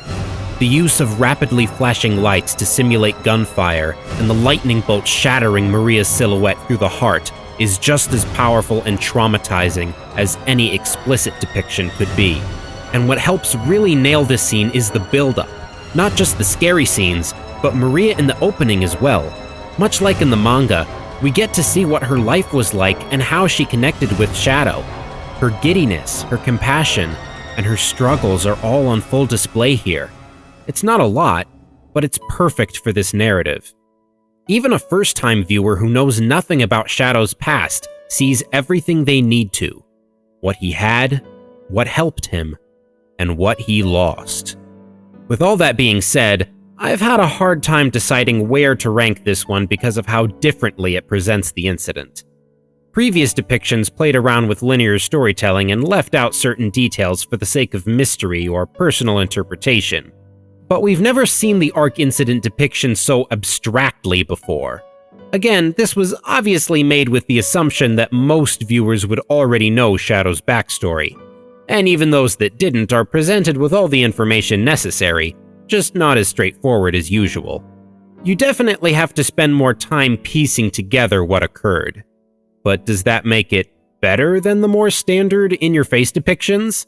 Well, there's not much I can say that Dark Beginnings really does wrong, so I guess it just comes down to weighing its strengths to those of the other entries. I personally think Dark Beginnings is the best of the entries as a piece of media. We only covered part 1 of 3, and the whole thing is a spectacular, character-driven, action-packed, visual spectacle. I didn't even get around to talking about the animation. My gosh, look at this! Why haven't we gotten a full series or movie in this style, Sega? This doesn't need to be limited to promotional shorts. As a depiction of a Maria death, it's still hauntingly beautiful and artistic, and the added depth to Maria's character really helps with the emotional payoff. I think I'm going to put this under the Jet Black Hedgehog, though. Maria's character is pretty identical there as it is here, but is given just a bit more to do in the manga. I also think the loss of Maria is given more of an emotional focus in Jet Black Hedgehog, whereas the more psychedelic drug trip angle in Dark Beginnings makes it more of a horror story. The moral of the story is go watch Dark Beginnings right now! It's only 15 minutes long, it's free to watch on YouTube. Please, if you have not seen it yet, what are you doing with your life? Go watch it! Even if you've already seen it, go watch it again! It's so good! Alright, people, this is it. Yuki Imada's amazing manga and Studio Gigx's award-winning web series were both merely promotional material for this baby. This is what they were building up to. The grand return of Shadow the Hedgehog, and a game all about his past of all things. I mean, what are the odds of that? How will it live up to its predecessors in depicting the most influential moment of that past? It's okay. Don't get me wrong, the game itself is fantastic. Fantastic levels and gameplay, and a pretty strong narrative for a nostalgia title. But as a depiction of Maria's death, it doesn't offer a whole lot new to the table. All we really get are these storybook animations with lines repeated verbatim from SA2. I guess they're effective in their own way, but you get the feeling they were just doing the bare minimum here. This is a new story set in the present, well, sorta, so it's not terribly important to the narrative. It's pretty clear that these were only made to catch first-time players who wouldn't be familiar with Shadow's backstory up to speed. Context is its only purpose here. The only new things this depiction offers is some more context surrounding the event. We learn that Maria was brought onto the Ark well into her childhood, which is an interesting choice. I always got the impression she was taken up there young enough to not remember what life was like living on Earth, which explained why she was so fascinated with the planet. It made more sense to me that all she knew about Earth was from stories told by her grandfather, which made her so desperate to get better and go there someday, and made it all the more tragic when she never did. Having a life on Earth be not something she's never had, but something she's lost still works fine, but I just feel like a deeper layer has been lost. The fact that she didn't really know what it was like living on Earth seems sadder to me. We also get a bit more detail on Maria's experience with her condition, such as very uncomfortable explanations of her symptoms. Sometimes I can't see. Sometimes it's hard to move, or to hold things, or to think clearly. Yep, they sure know how to make easy sympathy points for this character. I do appreciate the writers actually doing research into these types of illnesses so it doesn't come across as insincere or just a label they can put on her. But as someone who has experience being hospitalized for suffering from a nervous disease, this hit a little too close to home for me and was not something I was expecting to revisit in a Sonic game. Then again, that's what this whole video is about, isn't it? Also, Maria has a sister? Okay, that's a pretty big bombshell to just throw on us in an optional dialogue. That's where most of these trivia nuggets are found. Something to seek out and not presented to the player. That should tell you that depicting the Ark incident again wasn't really a priority for the game. I mean, honestly, why would it be? There's not much this game could do that would be wildly different. And many people playing the game are already aware of it anyway. Yeah, not really too much to say, just another technical, pretty unremarkable entry on the list. I'm putting it below Shadow the Hedgehog, but above the Archie Comics. I'll give it to Shadow 05. It was at least trying to be creative with it.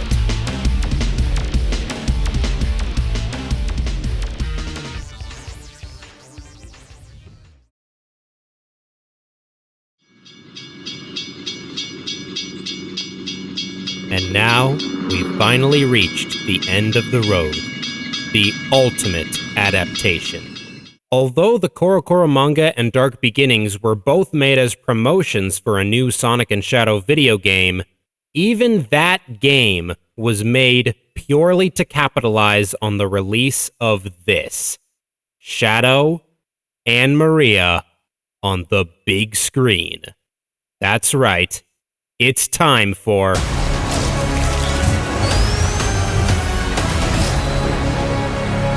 When it was confirmed that Shadow the Hedgehog would appear in the live-action Sonic the Hedgehog movies produced by Paramount Pictures, people lost their minds. For 2.5 years, fans speculated on how his story would be adapted.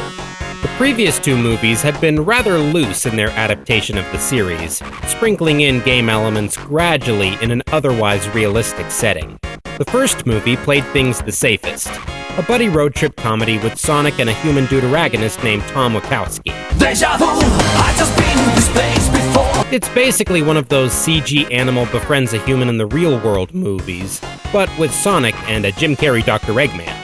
As those movies go, it's better than it has any right to be, with lots of heart and decent jokes. But as an adaptation of the Sonic video games, it leaves a lot to be desired. The second movie immediately ups the ante by introducing more characters like Tails and Knuckles, giving Eggman a more game-accurate design, introducing more exotic locations with resemblances to Sonic stages, and playing up the action scenes a ton. The human OCs are also given comparatively smaller roles. The movie's plot is a bit messier than the first one, but it definitely captures the feeling of the games more. That said, it was still quite safe, all things considered. It was clear that Paramount was trying to appeal to a general, family-oriented audience with these movies, and fans were more of an afterthought. And that really made people wonder how Shadow and specifically his backstory would be translated into this universe. I mean, this was a passionately kid-friendly film series adapting a less than kid-friendly story for their next installment. Would Shadow's backstory be altered to soften or even outright remove its darker elements? Would they change Shadow's backstory outright and avoid the issue altogether? Many fans thought it would have been very easy for them to just adapt Shadow's current image for their movie universe without all the baggage that came with it. Maybe there would be a Shadow with no Maria. Even if Maria was in the movie, how closely would the filmmakers adapt the story without losing the PG-rated reputation they had built up with parents? Well, as we say in the business, let's find out. The movie begins on Prison Island, located in Tokyo Bay in this universe. Gun soldiers guard a large tube where Shadow lies in suspended animation. The soldiers seem to be quite relaxed. They're just guarding a popsicle that's been frozen for 50 years. As we zoom in closer to the Black Hedgehog, we see his face start to contort as memories come flooding back into his head. At first, they seem to soothe him. He remembers calming melodies strung on a guitar in a warmly lit room and gazing upon the night sky, his hand clenched with another's, a young girl whose face is hidden from view. His face changes when he's suddenly overcome with negative feelings. He remembers sounds that Sonic fans know all too well. Blaring sirens, loud panting, the sound of footsteps rapidly approaching in the hallway. He still tightly grips the girl's hand as they run together, before he feels her slip away. So, we're returning to the mystery angle from Sonic Adventure 2. Obviously gotta point out the guitar melody being the final boss theme, Live and Learn. This movie's wearing its roots on its sleeve so far, so something hacks into the system that causes Shadow to wake up and make quick work of the unprepared gun soldiers. He busts out of the prison and skates across the sea to the city on the horizon. Once there, he begins to wander his new surroundings in confusion, but not for long as Gunn has deployed reinforcements to recapture him. He looks around with frustration and asks them, "Why won't you leave me alone?" We'll come back to that. Later, our attention is turned to Sonic and crew after their scuffle with Shadow. They meet up with the gun commander, named Walters here, at a Chow Garden. No, not that Chow Garden. It's a Japanese costume cafe in Tokyo with mascot suits and live shows. Like I said, wearing its roots on its sleeve indeed. This is truly how Sonic was always meant to be adapted, and they totally didn't back themselves into a corner by setting it in the real world from day one. Walters gives a rundown of Shadow's backstory. 50 years ago, a meteorite landed on Earth containing a black alien hedgehog within it. Shadow was tested on as an emitter of chaos energy by a group of researchers that would eventually become Gunn many years later. The scientists thought that his power would lead to a new era for humanity, but an accident at the lab resulted in the project being abandoned. The head of the project was arrested, and Shadow was put into indefinite stasis by Walters. Here, we have another account of the incident from an outside source. First of all, it's immediately evident that there's been some pretty big changes to the story in this adaptation.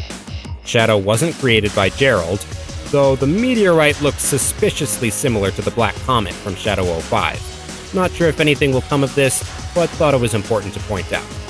There's no space colony arc, no apparent search for immortality or medicine, there's an explosion that wasn't there before, and the incident was apparently just an accident. Yeah, right, Walters. I know you're hiding something. Did you think you could just take that to your grave? Oh, too soon. Maria is also absent from this story, simply alluded to with his statement that the incident took human lives. Even the professor is hardly delved into. A first-time viewer would probably take Walters at his word for his kind and understanding demeanor. But there's still that flashback we saw earlier that nags them. Who was that person Shadow was with? Who were they running from and why? We kind of forget about this since Walters dies right after this scene and we feel bad about it. But he may not have given us the whole story. After escaping Tokyo, Shadow arrives at a mountain in Oklahoma? Them some fast skates you got there, Shadow. He enters a hidden tunnel and comes across old equipment abandoned long ago. He spots something on the ground and lifts it. It's a roller skate. A regular roller skate. We flash back again 50 years to see the skates in action. The camera pans to reveal a clear look at our first live-action Maria Robotnik, portrayed by the young Alia Brown. She carries a box of her belongings, indicating that she's moving into the lab. We run into a much younger Walters, only a wee captain here, who politely directs Maria to her room. Maria walks by a lab room on her way there, and an ominous green glow catches her eye. Curious, she approaches the light source, a large lit capsule containing something submerged in liquid. As she goes to get a closer look, the figure within suddenly turns to face her. Shadow looks at her with a hardened, suspicious face. Maria is surprised at first, but is quickly drawn to him in fascination. She notices his grim look and tries to imitate him mockingly to get a smile out of him. Honestly, if I could, I would just play this entire scene to y'all because the way it tells you so much about these two without a single word of dialogue works wonders better than me just explaining what's happening. But I can't do that because, well, YouTube! Insert copyright meme from Sonic Colors here. Maria once again shows her sillier side by drawing a face on the glass of the capsule and smiles. This actually gets Shadow to soften his edge, and he cracks something approaching a smile. That was a lot of talking over what was clearly there on the screen, but the point of the scene is to show us what Maria's like and how she differs from the other humans when around Shadow. Through trying to make him smile, we see that she's the only one who really thinks and cares about Shadow as his own person instead of a weapon. I think that's what really made Shadow loosen up. Not because he thought the marker face thing was funny, but because it's evidence that this human cares about how he feels and not just how he operates. What a great and unique first meeting between these two. The two then go outside to Oh Wait, Traveling Wilbury song. Okay, sure. Don't get me wrong, this is a very sweet sequence. The song is cheesy, but heartwarming, and doesn't feel too out of place, unlike a lot of the other insert songs in these movies. Seeing Shadow and Maria bond by dancing and skating around the lab is very adorable. We haven't really gotten to see them do other things since they've always been on the Ark. All of it is very sweet, but it's laying things on a bit thick, don't you think? Their meeting and, to a lesser extent, the scene of them stargazing is pretty much all the audience needs to get the relationship between these two. You could argue that these extra scenes only add to their relationship, and for the most part they do. But subtlety these Sonic movies do not know. When Maria and Shadow are watching the movie with the BioLizard cameo, and the text shows up in big letters, "Beware the alien freak," and Shadow looks at it like, "Ooh, is that what I am?" And Maria looks over at him like, "Is that what he thinks he is? Oh no!" I feel like the movie is just whacking me with a stick going, "Get it? It's a metaphor! Do you know what we're trying to say here?" If they really wanted the little ones to get the message in case that first meeting wasn't enough for them, they could just have the scene play out without the text showing up. Shadow could have that reaction just by seeing the monster, and we can determine his thoughts from that. Maybe he sympathizes with it and wonders if it's as lost and scared as he is. Maybe he's wondering if the humans will come to see him the same way, something to be feared and contained, or perhaps destroyed. Then, under the stars, he can bring his thoughts up to Maria and ask her what she sees him as. And Maria can tell him all that she knows him to be based on all the experiences they had together. It would be obvious, but it wouldn't be forced. One thing I will say the montage gives us is a much clearer look at Maria's personality. This Maria is a bit more mischievous than other interpretations and a bit of a prankster. It's clear that she's very chill and fun-loving. She'll frequently steal Shadow during tests and cross into unauthorized areas. Oh, she's such a rebel! She also has quite a lot of energy, dancing, skating, just laying outside in the open oxygen and... gravity? Okay, let's talk about it. Some people have given this Maria flack, and specifically the impact of her loss, because there are no signs of her condition anywhere. How will her death have any weight to it now? The same way it still had weight in every adaptation that omitted or ignored that plot point. Sonic Adventure 2 didn't mention it in-game. Sonic X Dub didn't mention it. He got a throwaway mention in the Japanese version. It played basically no part in the stories for Shadow the Hedgehog or the Archie comics. A little girl was killed. Is adding anything onto that really necessary? Now, some people have said, yeah, it doesn't need to be there, but they had no good reason to get rid of it. That's a fine argument, I guess. But I think adding even more details to Shadow's backstory in this film would have been detrimental to the pacing and make the script feel overcrowded with exposition. I think there's a reason it was never brought up in SA2 and only given a passing mention in Sonic X. Unless the story is all about Shadow and Maria with no other major plot points going on, it gets lost as another confusing detail. Now, I'm not saying there was no way to make this work in the movie, but I see why the filmmakers didn't want to bother. Anyway, wasn't this video supposed to be about the Maria deaths? When do we get to that? After the Traveling Wilbury song stops, as we cut back to the record coming to an end in the present, nice editing trick there, we see Shadow has been reliving all of these memories whilst looking over the abandoned lab. A hidden figure enters the lab, whom Shadow recognizes as Professor. Okay, so Gerald Robotnik is alive, somehow. And it actually makes the story... better? Look, Gerald is a whole nother can of worms in this movie that we don't really have time to get into. But I bring up this moment in particular because pretty much everything that Shadow has done in this movie thus far has been out of self-defense. He freed himself from imprisonment and fought off Gun's forces and Team Sonic when they attacked him, but he didn't hurt anyone else. He was just chilling in Tokyo before the military arrived to recapture him.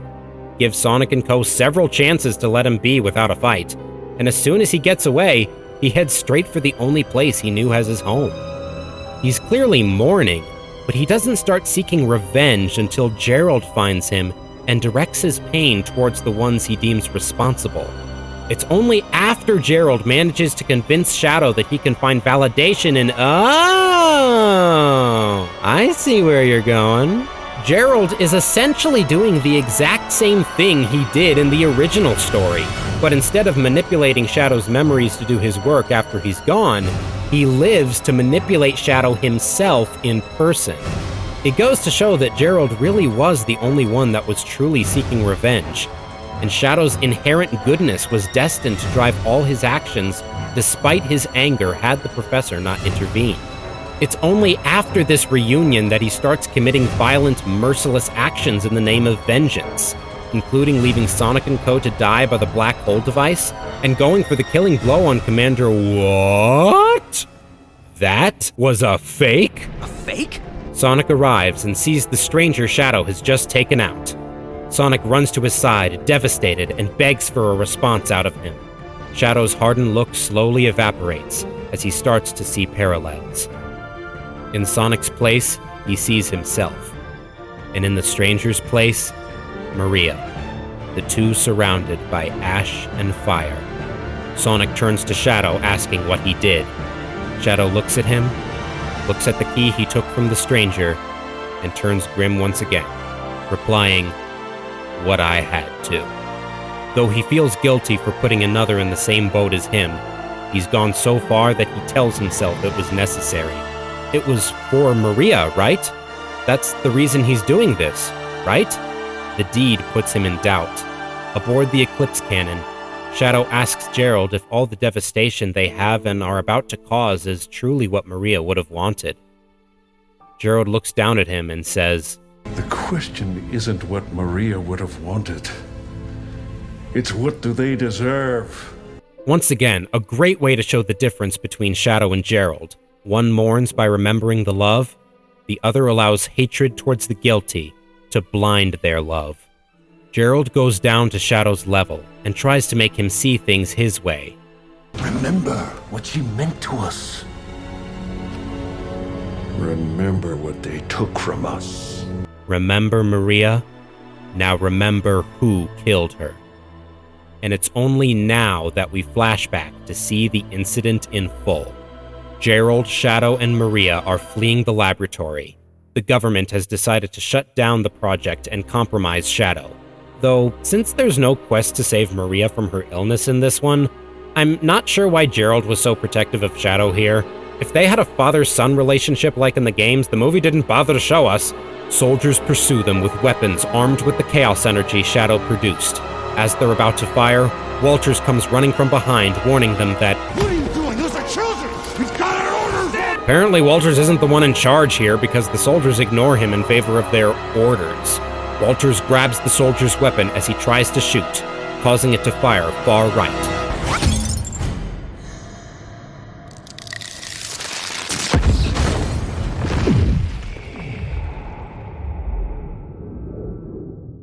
Shadow wakes up, surrounded by burning debris, and sees Gerald hunched over a body. Gerald looks at him with stunned, tearful eyes. As they sit there, soldiers slowly approach them from all directions as the music swells.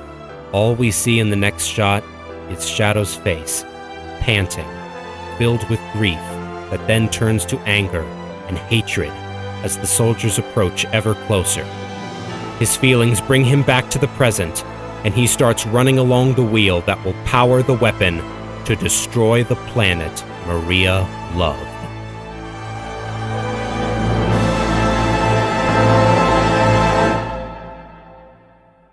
There's quite a bit to unpack there. The most notable thing is that this is the first depiction to clarify a different cause of death for Maria, perishing in a fiery explosion. Panel from Archie issue 145, your artistic exaggeration finally became a reality. Yeah, remember that setup from like 45 minutes ago? One could argue that the incident being an accident ruins Shadow and Gerald's sympathetic motivations, and that the film is trying to portray Gunn in a more positive light. But I don't know, Gunn was still very clearly trying to kill them, or at least didn't care if Maria died, and the explosion only occurred because of the raid. Yeah, it directly happened because of Walters grabbing the gun, but if he didn't, the soldier wouldn't have missed, and Maria would have ended up dead regardless. Plus, they didn't seem to care that they killed her afterwards. No, Gunn's no less guilty here than they were in the other depictions. Boo! You stink! At least we can see that Walters had some form of conscience. But why was Shadow so angry at him specifically? He went for the kill when he thought he saw him. That was the one guy that tried to save Maria, Shadow! A part of me wishes that Walters had been the one to lead the raid. I think it would be an interesting twist to have him be portrayed as understanding and reasonable in the beginning, so that we feel sorry for him when he dies, only to be hit with psych! That jump never mentioned the fact that he was the reason behind those human casualties! I mean, I guess they kinda do that, but it was still an accident, and Walters was trying to prevent somebody from getting hurt. It just seems weird to me how he was the only one that tried to stop it and still reaped the rewards afterwards. I think it would be such an earth-shattering betrayal if we heard his incomplete but not untrue account of what happened at the beginning, saw him befriend and be all nice to Maria in the initial flashback so we all trust him, and then in the third act, just when it looks like the three will outrun the soldiers, Walters appears in front of them with another squad and orders the soldiers to open fire, revealing that he really was a conscienceless, good soldiers follow orders military man all along. Would that make the Commander Walters fanbase angry? It's not like it would contradict the previous movies. He was never portrayed as being a genuine, good-hearted person until this film. Remember when he assigned Robotnik the blackout case despite knowing that he was an unstable nutcase? Or when he set up a trap for Sonic by getting one of his agents to woo and marry someone close to Sonic's guardians, just so he could use the wedding as a surprise attack? Turning him into this well-meaning guy that was just a victim of circumstance and then kill him off as some martyr is a strange direction for a character that was not only an uncaring antagonist before, but also treated as a joke. But if the movie only made it seem he was that way and later reveal what his true nature was, that would make Commander Walters a shocking and legit good twist villain, or at least a twist jerk. It would line up better with his portrayals in the previous movies, and also explain why Shadow held a vendetta against him personally. I think I got hung up on a Commander Walters tangent. Where was I? The main thing that helps this depiction stand out is that it's ultimately a commentary on the different responses to grief.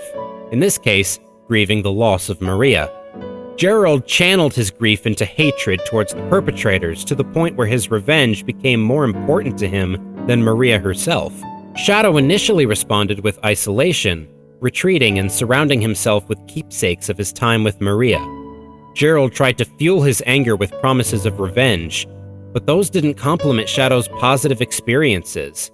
He cared about Maria more than his own feelings. And in her words, he finds a way to continue living, doing just that. The light shines, even though the star is gone. While this depiction doesn't have a final wish from Maria like others do, it doesn't really need one because that's not what the story is about. Shadow didn't need a wish from Maria. He just needed to have her memory, his love for her, guide his actions into starting a new life. It's how he is able to move on. Presentation is great here too. The opening scene is masterfully edited. Everything is nicely shot. Shadow looks amazing and well integrated into the live-action world, while still being a faithful recreation, and the acting is solid all around. And as unremarkable as the score for most of these movies are, it does its job here and manages to be a little more unique during these scenes. I'd be lying if I said I didn't get chills when the music swelled as the soldiers surround the heartbroken Shadow and Gerald. The question is, how does it rank with the others? Well, we've got a more fleshed out Maria, solid presentation, and some clever parallels, but we've also got some sanitized writing, unsubtle messages, and confusing character motivations. And while I think the explosion doesn't ruin the impact of the incident, we really shouldn't be giving Gunn any excuses. If 4Kids can find a way to make a child getting shot PG without sanitizing it, Paramount could have done it too. But you know what? I think the good far outweighs the bad here. So we'll put it just barely on the higher end, above Sonic Adventure 2 and below Japanese Sonic X. A worthy adaptation. And that's our list. I hope you all enjoyed this journey with me on a topic that doesn't deserve anywhere near the amount of time and thought I put into it. I mean, hey, what are Sonic fans for, right? So, to recap, the Maria deaths from worst to best are Archie Comics, Sonic X Shadow Generations, Shadow the Hedgehog, Sonic X English Dub, Sonic Adventure 2, Sonic the Hedgehog 3, the movie, Sonic X Subtitled, Sonic X Shadow Generations Dark Beginnings, and finally, the Jet Black Hedgehog Shadow the Hedgehog from CoroCoro Magazine. Thank you all for watching. If you like this video, feel free to like and subscribe. Most of my content doesn't really look like this. I tend to make videos on voice acting and song covers. But if you would like to see more ranking videos or essays like this, feel free to tell me in the comments and I will see what I can do. I will probably never make a video this long ever again, though. This took like 5 months to make. I mean, maybe if this gets like 1 million views, I'll think about it, but yeah, I'm gonna cut back if I ever do this again. With all that said, child death joke. I don't know, I'm spent, guys.